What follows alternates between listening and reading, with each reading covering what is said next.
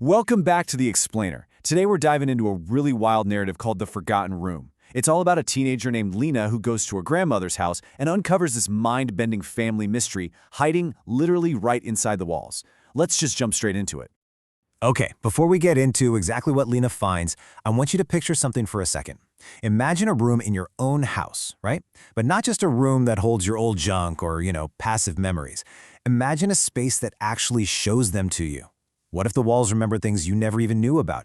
What if your family's deepest secrets were just baked right into the foundation? It's kind of a chilling thought, but it's also incredibly captivating. And, well, this is the exact surreal situation Lena is about to walk right into. So Lena's grandmother has gotten sick, which means Lena and her mom have moved in temporarily to help out. And the vibe of this place is absolutely crucial to the story.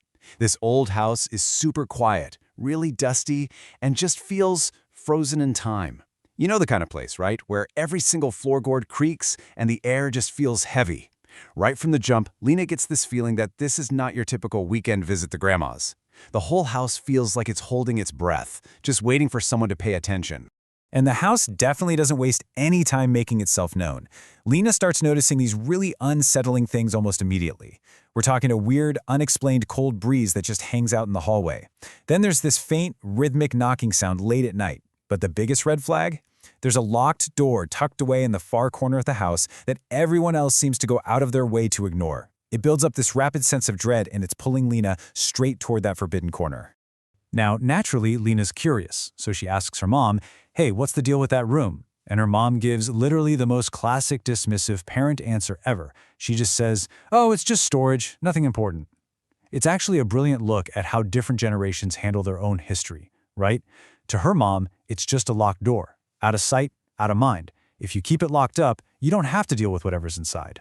But Lena? Yeah, she is absolutely not buying that. While her mom is totally fine accepting the whole just storage excuse, Lena has this undeniable gut feeling that something massive is hidden behind that wood. I mean, it's basic human nature. The second you tell someone there's nothing to see, it suddenly becomes the only thing they want to see. So her focus completely shifts. She knows her mom is either lying or she just has no clue what the house is actually hiding in plain sight. Then, one afternoon, things escalate. Lena hears a sound. It's not just a floorboard creaking, it sounds like someone is faintly whispering her actual name. She follows the whisper and it leads her straight to that locked door. She looks closer and notices all these little scratches on the dusty wood, marks that show someone, at some point, had desperately tried to pry this thing open over and over again. The mystery isn't just sitting there anymore, it is actively calling out to her. Okay, so this is where Lena goes into full detective mode. She starts quietly searching the entire house. And it totally pays off. Tucked away right underneath her sick grandmother's bed, she finds this small wooden box. And inside, a single rusty old key. So Lena takes it back down the hall to that far corner, holds her breath, slides it into the lock, and terrifyingly enough, it fits perfectly. She turns the key, and the door creaks open with this long, heavy sigh. It's honestly like the room itself is waking up from a decades-long nap. Lena steps inside, probably bracing herself to find stacks of old clothes or creepy furniture, like her mom said. But instead, it's just a cold, completely empty room. No furniture at all, no windows, just four bare walls. And that instantly tells her, and us, that whatever this room is hiding, it is definitely not physical. And suddenly, we pivot from a creepy haunted house vibe straight into supernatural wonder. Lena is just standing there in the middle of this empty space when the bare walls actually start to glow. I'm talking soft, hologram-like scenes literally materializing out of thin air, projecting onto the walls like some sort of futuristic movie theater. The room isn't empty at all. It is packed with memories that are desperately trying to come to life. The very first image to fully come into focus is a young woman, standing right there in the room, crying. Lena gasps, looks a little closer, and realizes this glowing, weeping figure isn't a ghost, it's not a stranger, it's her own grandmother, just decades younger. Imagine how shocking that would be. You walk into this dusty, forgotten space and boom, you are suddenly face to face with the raw, unfiltered pain of your own family member from a time before you were even born. Then, the room starts cycling through all these different moments. It plays out like a silent, deeply emotional movie all around her. First, we see her grandmother as a young girl. Then, decades ago, raising Lena's mother completely on her own. Fast forward a bit, and the walls show this really bitter, heated argument with a relative over losing their family home, their property, and their future. It's literally showing the hidden, most painful chapters of this family's history laid completely bare. And this leads to a huge realization for Lena. She finally gets it. This room isn't haunted, at least not in the spooky, terrifying sense. It's functioning as memory storage. It's basically a vault designed specifically to hold all the heavy emotional baggage that no one in the family ever wanted to talk about.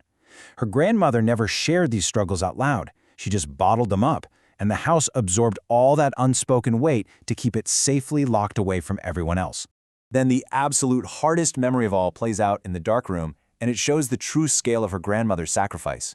We see that during that terrible argument over the family property, her grandmother stepped up and took the entire burden onto her own shoulders to save the family. The walls show her quietly selling off her own jewelry. They show her working multiple, grueling jobs. She made these massive sacrifices completely alone, just to shield Lena's mom from the harsh reality of their situation. All that effort, all that pain, it was literally locked inside these walls. But as those tragic scenes fade away, this new, really soft light fills the room. It's her grandmother, sitting right in that very spot, leaving a gentle, recorded message. She says, "If someone is watching this, it means I couldn't tell you these things myself. I didn't want praise. I only wanted the family to stay together." Wow, I mean, that is just incredibly powerful. She wasn't hiding all this out of shame. She was hiding it out of this fierce, protective love for her family. Hearing that, Lena just completely breaks down. But she's not crying out of fear or even sadness, really. She just feels this profound warmth. She finally grasps the absolute depth of her grandmother's strength. This room that felt so cold and scary at first, it wasn't there to hoard pain or trap dark secrets. Its whole purpose was passing on love. It was a time capsule of a matriarch's devotion, just waiting for someone brave enough to open the door and finally understand. That evening, the whole energy of the house completely changes. Lena goes and sits by her grandmother's bed, gently takes her hand, and just whispers, "I know everything now. Thank you." And her grandmother just gives her this weak, knowing smile in return. She doesn't ask how Lena knows, and she doesn't need to explain anything. That smile says it all. She knew Lena was the one who was meant to find that key. Decades of unspoken burdens were finally acknowledged and finally lifted. But wait, the story gives us one last, super fascinating detail. The very next morning, Lena feels drawn back down the hallway to that corner, and when she gets there, the door is just ajar. After years of being aggressively locked and actively avoided by everyone, it's just sitting wide open, totally accessible to anyone who wants to walk in. So she steps inside. But this time, the room is empty. And I mean truly empty. There are no glowing lights, no holograms playing out the past, no whispers, no lingering memories. Nothing. Because the truth was finally known, and the gratitude was expressed. The room had entirely fulfilled its supernatural purpose. All that heavy emotional energy had been released, and now it was really just four ordinary walls. So what's the big takeaway from all this? It's a pretty poignant reminder. While some of our memories live in photo albums and others might feel locked away in forgotten rooms, the most important ones, the stories of sacrifice and resilience and really unyielding love, they actually live inside the people who care about them. Which leaves us with something to think about today. Where do your family's most important memories live? Are they out in the open, or are they waiting behind a locked door for you to finally discover them? Thanks so much for joining me for this explainer, and keep learning.